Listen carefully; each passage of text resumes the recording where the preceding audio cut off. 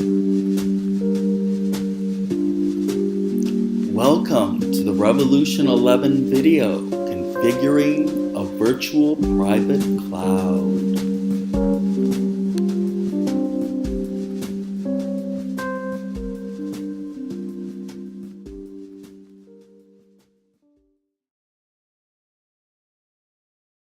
Hi, this is Jim from Revolution 11. I'll be walking you through today's demo.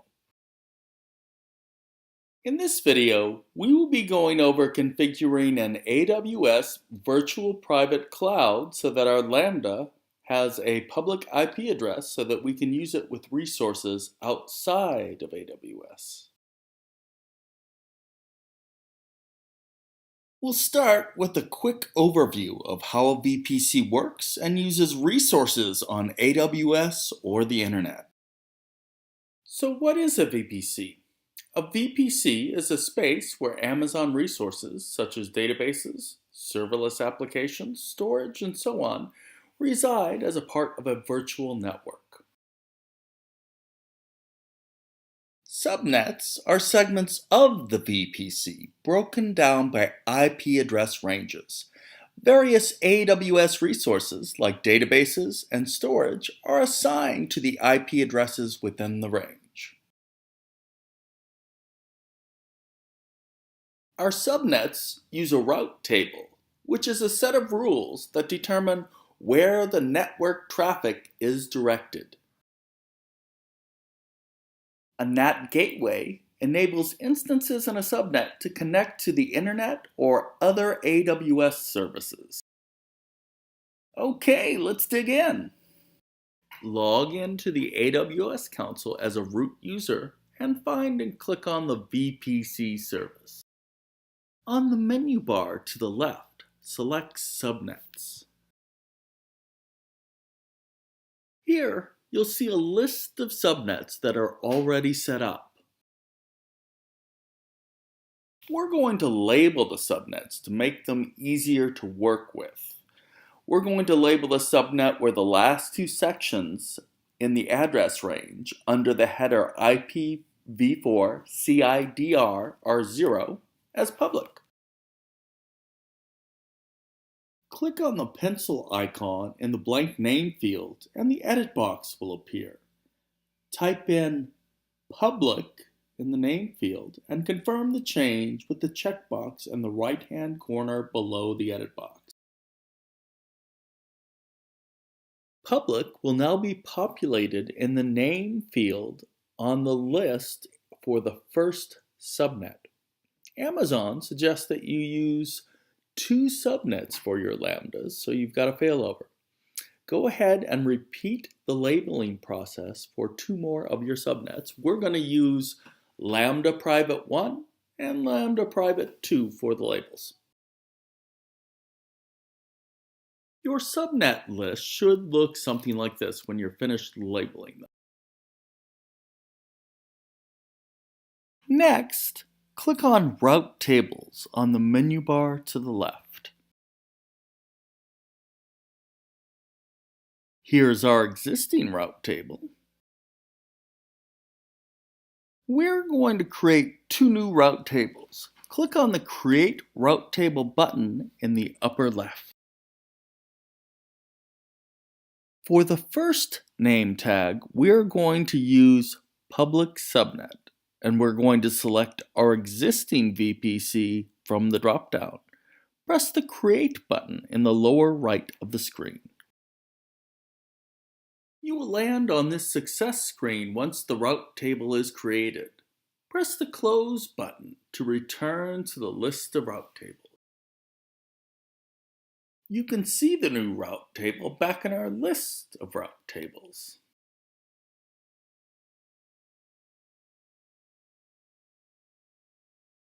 We are going to repeat this process for our second route table, but we are going to name this one Private Lambda.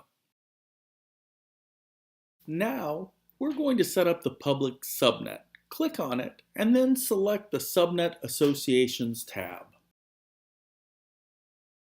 Press the Edit Subnet Associations button. We'll see our 4 subnets. This is where those labels come in handy. We are selecting the public subnet for the public route table. Click on it and press the Save button in the lower right-hand corner. We will be returned to the route table home, and we can now see the association with our public subnet. Next, let's set up the private route table.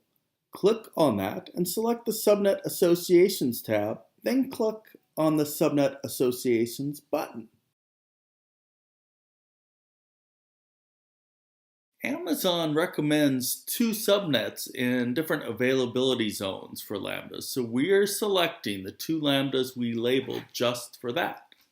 Then press the Save button in the lower right-hand corner.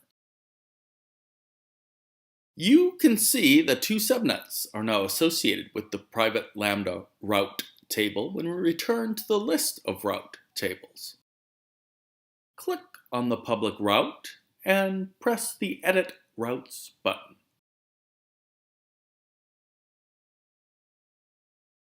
This will bring you to the list of public routes. We are going to add a public route. Click on the Add Route button on the left. For the destination, we're going to add the public route, which is represented by 0.0.0.0/0. For the target, we're going to choose our existing internet gateway. Press the Save Routes button in the lower right-hand corner. You should get a success message. Press the Close button in the lower right-hand corner. Now we're going to set up a NAT gateway to provide an external IP address for our Lambda. Click on NAT Gateways in the menu bar to the left. We don't have any NAT gateways set up yet, so we're going to create one. Press the Create NAT Gateway button in the upper left. For the subnet, pick the public subnet from the list. We're going to create a new elastic IP address by clicking on the Create New EIP button. Next, we'll create the NAT gateway by pressing the Create NAT Gateway button in the lower right-hand side of the screen.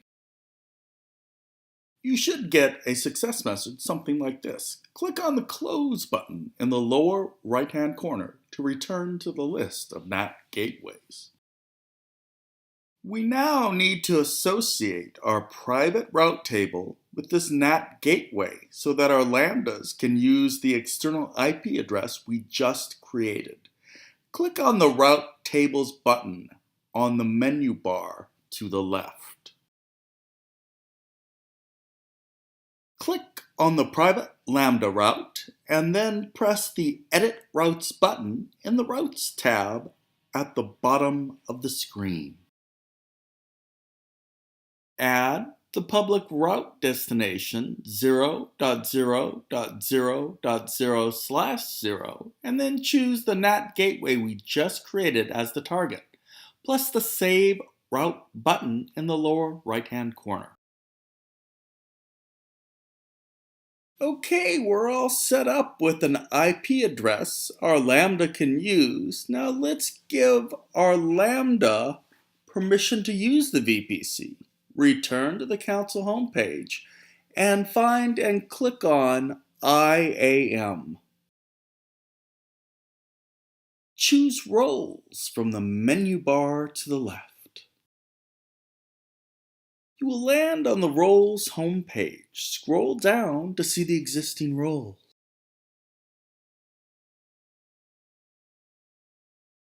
Scroll down on the list of existing roles and pick the role for the Lambda you are interested in. Our existing Lambda has basic permissions to execute. We want to let it use the VPC, so click on the Attach Policies button.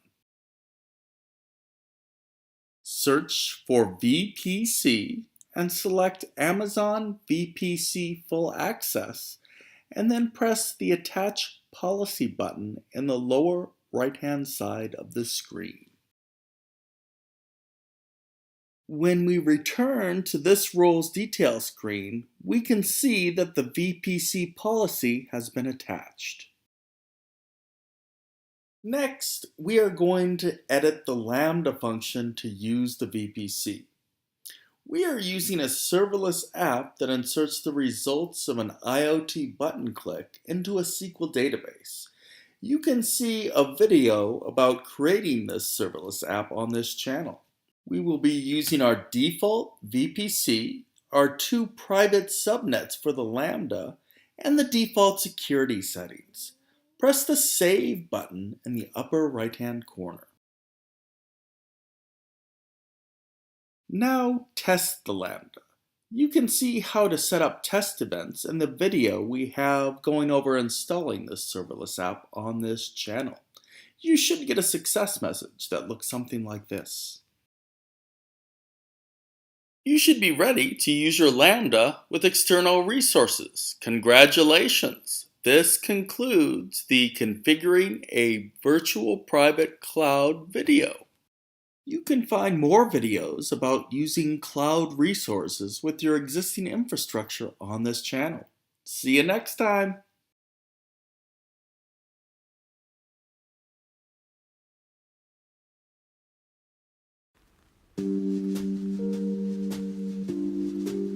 Do you need help getting started with the cloud or IoT? Contact Revolution 11. We'd love to chat.